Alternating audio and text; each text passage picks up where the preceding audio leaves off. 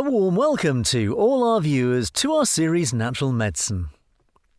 I'd like to dedicate the topic of today's episode to our blood. The blood that we have must have a certain purity. And I keep hearing that there are certain heavy metal loads nowadays that burden us and are also detectable in the blood. And that you can even wash the blood. I actually only know that from dialysis. But that's not what we want to talk about today. It's really, how do you get the dirt out of your body? And I'd like to address this today, on the one hand, with Dr. Friderike Wiechel from the Swiss Mountain Clinic. Welcome. Thank you, Alexander. And of course, the great master, I always say the greatest doctor I've ever known. Although I've known him for at least 20 years, he's been practicing for 48 years. It's Dr. Dietrich Klinghardt. Dear Dietrich, a very warm welcome once again. Thank you, Alex. Thank you, Friderike. You're welcome, Dietrich. We've had the INUSpheresis with us for half a year now. The INUSpheresis is said to be the fastest way to detox. And I remember you always said this is one of the best ways to detoxify the brain above all. Can you tell the audience a little more about that? Yeah, that's true what Alex said. The origin was dialysis. Dialysis, where basically it's a first attempt to wash out the pollutants in the blood that accumulate there. And our blood is strange. On the one hand, it provides us with nutrients and oxygen. On the other hand, our blood is also the sewer into which everything is first shoveled back, the toxins and metabolic waste that accumulate. It first goes back into the blood and then has to be detoxified, either by the liver or the kidneys. And it was my great teacher, and perhaps the greatest toxicologist of our time, Dr. Richard Straub, who picked up this method from Japan, apheresis. I'll describe the apheresis very briefly. The blood is basically drawn from one arm, then passes through a filter system, is washed, and then fed back to the other arm. And the special thing is this filter system. This is from Japan. This is from the sea. It's a sea sponge, which has this fine tube system of thousands of kilometres of fine tubes, and there the blood is pumped through. And this sponge has the ability to basically remove all pollutants from the blood that are not associated with life. That said, it's really something special. And Straub further developed this system and then patented it himself under the name INUSpheresis. And now it basically looks like this. We only have about 5 litres of blood in total, and I weigh 75 kilograms.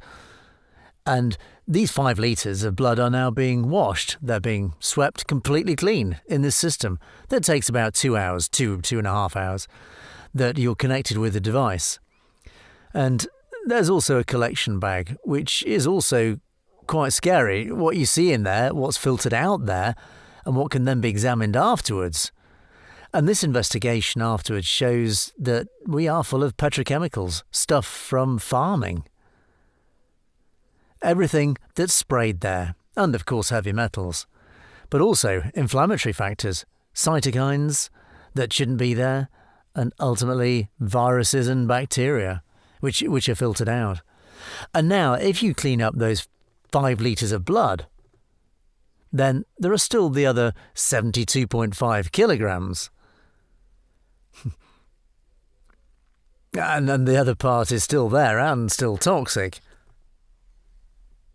But then the following happens there is the so-called osmotic gradient, that the toxins that are now in the connective tissue or in the brain, when the blood that is nearby is completely poison-free, and the only thing, and the cells next to it, and the connective tissue next to it is full of poisons, then these poisons run into the blood now. And so after every INUSpheresis, the brain and the connective tissue in the body clean themselves, and the cells in the body then give off a certain part of their toxins. And to this day I find that interesting. There is still no remedy that successfully removes heavy metals from the brain. We know DMPS, DMSA, EDTA. None of these agents cross the blood-brain barrier. But with the apheresis, or with the INUSpheresis, we can get there really well. So we create this osmotic gradient, and then the toxins simply tumble out of their brain cells into the connective tissue, and from there into the blood. May I briefly bridge a gap for our viewers, so that they can also see to what extent the topic affects them too? Well, you once explained to me that the causality between Alzheimer's, forgetfulness, or even dementia is related to aluminium and heavy metal pollution in general. So all these viewers who think they tend to forget or they would never like to experience dementia would actually have great chances with the reduction of their heavy metal exposure to not get into this direction. Is that correct? Yeah, absolutely. Therefore, until recently, there was only ever the possibility to go to Lower Bavaria to have this procedure there with long waiting times. And now that it's available in the Swiss Mountain Clinic, it is, of course, great for all of us that there are more possibilities now where people can detox. And I believe that we know where everything is going right now. We know that electric smog will keep increasing until the extent of the catastrophe we're heading into is really recognised. But the same goes for all the environmental toxins. At the moment, there's really no serious attempt to reduce it. But it is becoming more and more, and so it becomes more and more important that the anticipatory measures that we have, then they're more and more necessary. This is no longer the luxury of a few people who have their brains detoxified, but actually each of us should understand that it is now part of the compulsory practice. I'm 70 years old now, and I don't feel like dying any time in the next few years. But I want to keep my brain as young as possible. And of course, it's very clear to me to go for apheresis and INUSpheresis once a year. And then, ideally, this is always done once on Monday and then again on Wednesday. Remember, during these 2 days during the break, all the toxins run out of the brain cells from the connective tissue into the blood. And the second apheresis is even more important than the first. So it should always be 2, in my opinion. But I'd like to hear from Friderike how you're doing it. But I think you do it in the same way. That is, it's ideal not to do just one session, but ideally 2 sessions or even more. Definitely. I also wanted to add that, as a comment, that it makes sense precisely because of the effect that you just described with the mobilisation, that you do the second apheresis after 24 to 48 hours. And we've seen that before, and especially patients with real neurological illnesses or tiredness, attention problems, difficulty concentrating, suddenly become clear in their head. They can suddenly think. We also had a dementia patient. She just sat sleepily on the chair. After 2 apheresis, this woman was able to speak clear sentences, so it's really moving what the patients can achieve without changing their lives insanely. I always find that very interesting, especially for men that are so confident with what they're doing, like these managers, who don't really want to change anything, but they can achieve such a lot with apheresis. You said your age earlier. I'm 52. I've now also done 2 INUSpheresis, simply as health prevention, as you have recommended it to me. And what was in that bag was really unbelievable. The whole corner was full of heavy metals. It's unbelievable. You could probably have sold this anyway, this bag. You think? I believe that each of us should find a routine with certain things we do every day. For me, it's taking chlorella and other remedies that detoxify my body, including organic food and including healthy sleep, including protecting myself from electric smog, especially at night. But even these larger measures are simply part of the process if we want to survive this time with a healthy brain. And the INUSpheresis has a very, very high priority for us. That pulls out the glyphosate and all this too, doesn't it? Yeah, of course. The glyphosate, we hadn't really looked at it because Dr. Strauber hadn't included the glyphosate in the arsenal of substances that he tests until recently. And now it's there and is, of course, high for each of us. Glyphosate, definitely, and then the appropriate things from Syngenta that are structurally very, very similar. From Switzerland, or you all have your own stuff in Switzerland, which then have a different name, but which are just as bad as glyphosate. And of course, there are certain toxins in us, especially in the nervous system, which we can only access via the INUSpheresis, where at the moment there is no substance, no means that we can ingest or inject that gets these things out. But really the INUSpheresis has a special function here. Originally, maybe I'd like to say that apheresis was developed for people who have major problems with their lipid metabolism, who have this lipoprotein 2A, and who have high triglycerides, and where the LDL cholesterol, the oxidized cholesterol, is very high. For these people, the insurance in the USA even pays the apheresis, but then has to be done once a week, and then that's in a different place that way. And then I actually think this part can be solved even better with diet changes and exercise and certain herbal products that we give. So they're exactly where academic medicine gives its approval for apheresis. I say there are other ways we can go, but when it comes to detoxifying, apheresis is fantastic. So the apheresis, the audience must also know this. It is a very expensive matter. This is not a cheap therapy. If mobilisation is good again after 24 hours, but the patient can't afford a second apheresis at all, because this has to be discussed, the health insurance doesn't pay for it, then what would you recommend?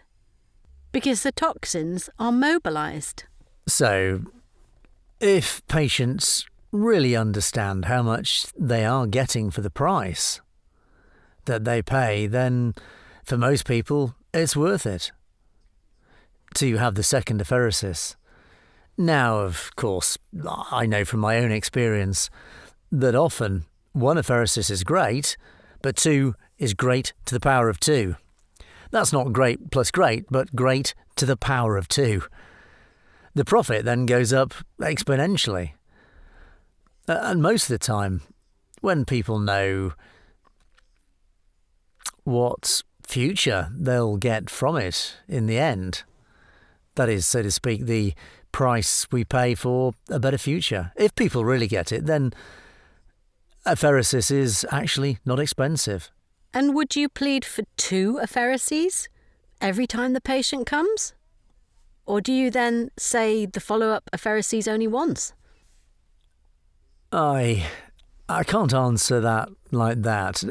Definitely when the patient is symptomatic, so someone has memory loss, chronic fatigue or amyotrophia, or has a diagnosed chronic illness, then definitely twice. But if a patient feels super good and is all balanced, then once. Once really as prophylactic, but when it's needed to make therapeutic progress, then definitely twice. Now, I have to ask again as a layman, so doing a preventive INUSpheresis once a year, so washing the blood, doesn't make sense? Or makes sense or what? It definitely makes sense. So you can intensify the effect of INUSpheresis, even with the one-time treatment, by exercising massively right before it. So what we do is that we put people on such a bicycle ergometer where the patient has to work up a sweat, where a lot of these pollutants are mobilised, which can then be picked up by the blood. So there are tricks how you can optimise that when you do a one-off apheresis. We can also use ultrasound, because I published a work on that. We can use the ultrasound on the critical areas where the patient is sick, liver, kidney, heart, even during the INUSpheresis, to drive out the toxins from the organs into the blood. And that's something where I'd also like to work with you someday, with Dr. Wiechel, to develop these parts, because that's where we really have a lot of experience, which I also published in a good magazine, the American Journal of Immunology, that the ultrasound in this context can be incredibly valuable.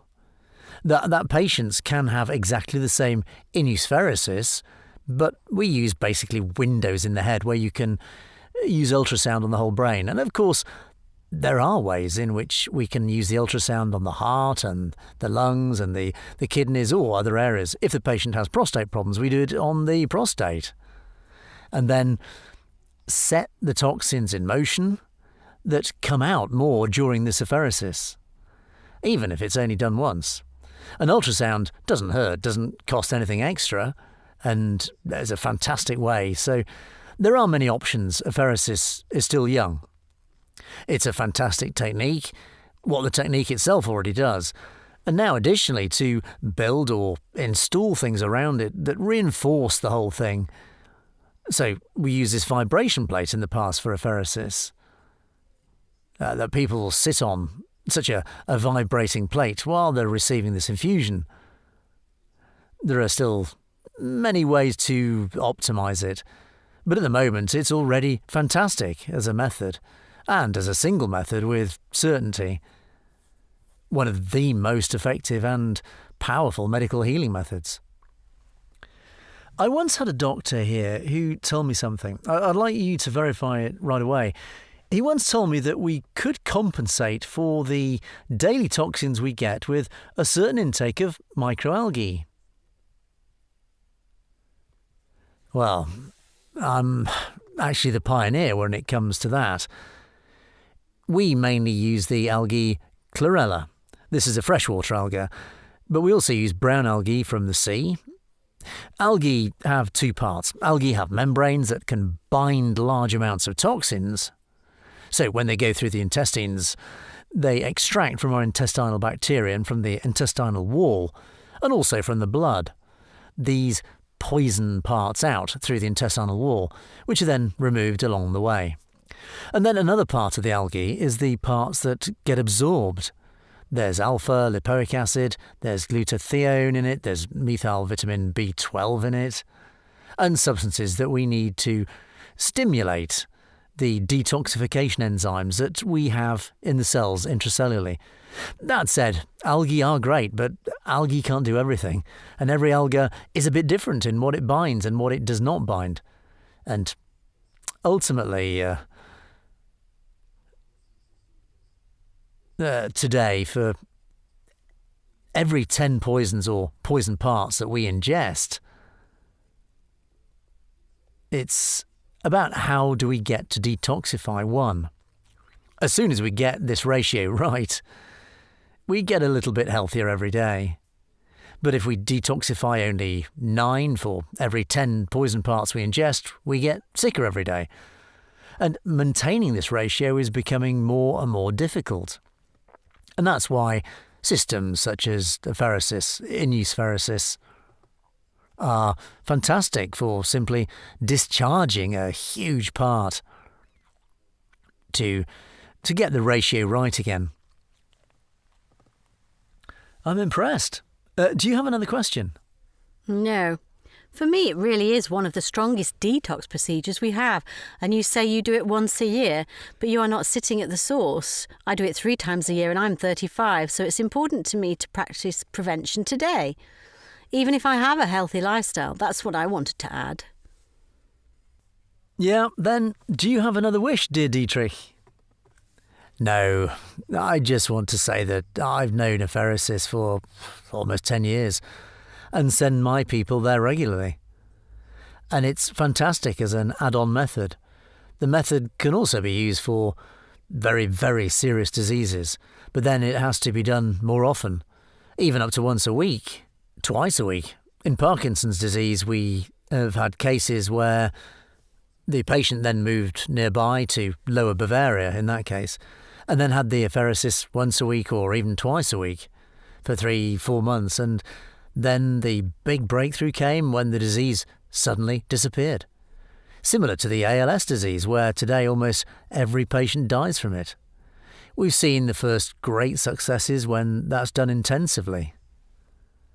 Then there are restrictions. The patient needs relatively good veins for it, or there'll be difficulties for the nurse, or for the people who do the INUSpheresis. There are practical limitations as to where it's possible and when it's not possible. But I think the possibilities have not yet been recognised and used. What you can do with this great method. And, of course, I trust that Petra, as a co-pioneer of the method, that you will surely discover a lot that is not yet known. Totally. And also, just to say, also people without good veins. We can put an inguinal catheter, so they already have the opportunity to receive an apheresis. Perfect. Oh, you did that to my wife. Exactly. You did it. That's great that you can do it. I know people in the US who do INUSpheresis where no one is able to put an inguinal catheter. And of course, that's fantastic. If you have that. This is, of course, completely different field again, because most chronically ill people don't have good veins. Sure. And of course, when you say vibration plate, with the inguinal catheter, all of this is much more possible to get the patient moving too, than with these two steel needles. Yeah, fantastic. This is all good. It's definitely about time that I come to Lake Majora or the southern edge of the Alps. It is. I've wanted to visit Petra for a long time, or now both of you. I'm looking forward to it, as soon as travel picks up a bit. That has been bad for the past year and a half. Every time I come back to England, where my children grow up and where my partner Daniela is, it's always 2 weeks of quarantine, 2 weeks of house arrest, with daily visits from the police to see if I'm really here. So travelling just got a lot harder. Because of these restrictions, but hopefully, let's hope that now a little of this madness becomes a little more sensible. I'd like to go into the closing quote. You said in one sentence that it remains to be seen what the INUSpheresis will be good for. If I look at it the other way around, then it's almost sad to see that actually harmful substances pollute the environment and us all so much that we actually have to look for a solution in the INUSpheresis, and that we actually all have no focus on these centres of pollution, which come from commercial things or God knows what all. We're simply exposed to them as humans, exposed to life, just so that some people can make a profit, no matter whether that's true or not, or out of negligence or out of ignorance. I really don't know. But it is sad that science, like the two of you, has to tread such paths in order to simply still help people. I'm really sorry for that. But anyway, you, dear Friderike, thank you very much, and especially you, dear Dietrich, you as a scientist, that you train countless of therapists and doctors again and again. Keep researching, don't give up, continue tirelessly, even if you are shot at from all sides. Great respect, I think, from all of our viewers. I'm very sure you enjoy and you deserve to be a great doctor and to receive the highest respect from us.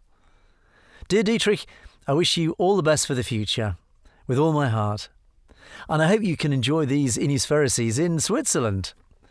You were invited by the Swiss Mountain Clinic, and then I hope that we will finally see each other in person, not just via Zoom. Thank you. You're welcome. And Friderike, say hi to Petra. I'll do that. Bye. Thank you. Bye. See you next time. Dear viewers, that's it for today. Thank you very much for watching, and I wish you all the best and see you next time.